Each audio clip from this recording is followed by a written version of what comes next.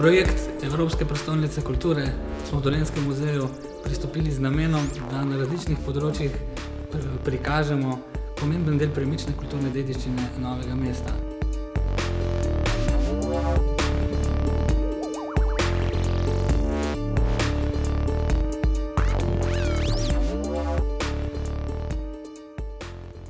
Zato v prihodnjem letu pripravljamo posebno razstavo z naslovom Novomeška siturska umetnost, ki bo pripravljena tako, da bo lahko gostovala v vseh partnerskih mestih.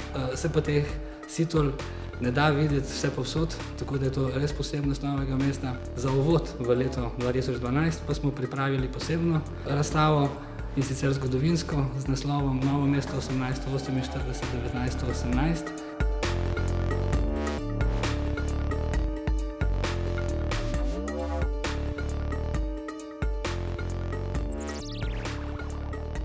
Tle so zgodbe, tle je kar nekaj zgodb.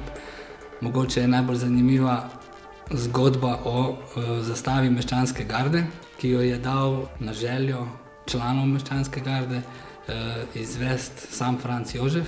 Zanimivost je tudi ta, da je ob eni priložnosti, ko je bil v Ljubljani in so bili povabljeni na sprejem tudi gardisti iz Novega mesta, zagledal to zastavo, je izstopil iz avtomobila in se rokoval z člani Novomeške garde. Leta 2012 v olimpijskem letu bo Anton Podbevšek teater nastopil v projektu Evropska prestolnica kulture z rock opero Človek z bombami. Človek z bombami je pesniška zbirka prvega slovenskega avantgardista Antona Podbevška. Gre za serijo besedil, ki bodo pač spretno strukturirane kot libreto.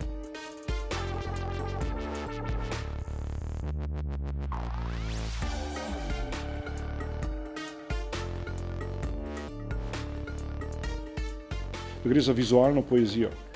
Se pravi, če ti gledaš to poezijo, funkcionira tudi vizualno. Na ravni diskurza je pa to zelo bombastična poezija, nenavadna, avantgardistična, nekje ob vznožju Kosovelovih konsov ali ob dikciji Majakovskega ali Hlebnikova. In seveda tema te zbirke je seveda tudi vojna in je v bistvu tudi upor proti vojni. Galerija Semlakar je ena izmed glavnih prizorišč festivala dokumentarne fotografije Fotopub. Festival se odvija v poletnem času, začetkom konec julija in pa še v avgustu. V naslednjem letu bomo s temo se osredotočili na Evropo, zato nekako tema v smislu Eurovision, kaj je Evropa, kaj nam ponuja, zato bojo tudi razstave iz posameznih kotičkov Evrope.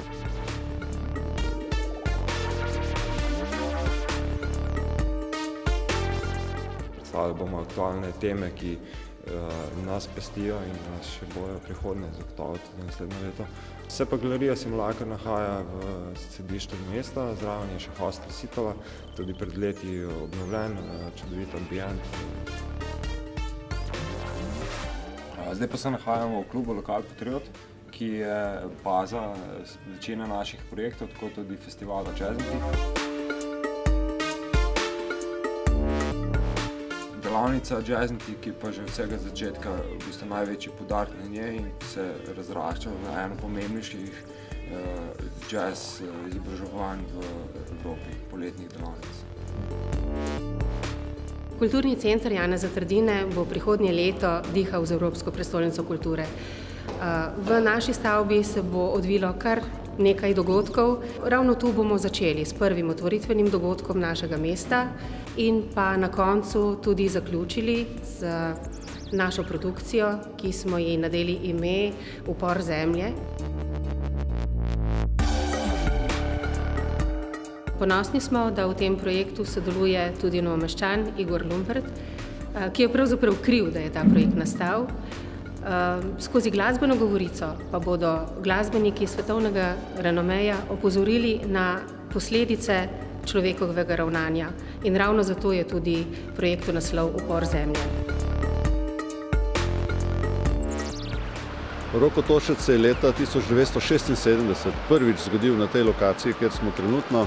2012 nas čaka 16. zaporedna izvedba. Gotovo bo to vrhunec vseh dosedanjih rokotožcev, smo namreč seveda del Evropske prestolnice kulture.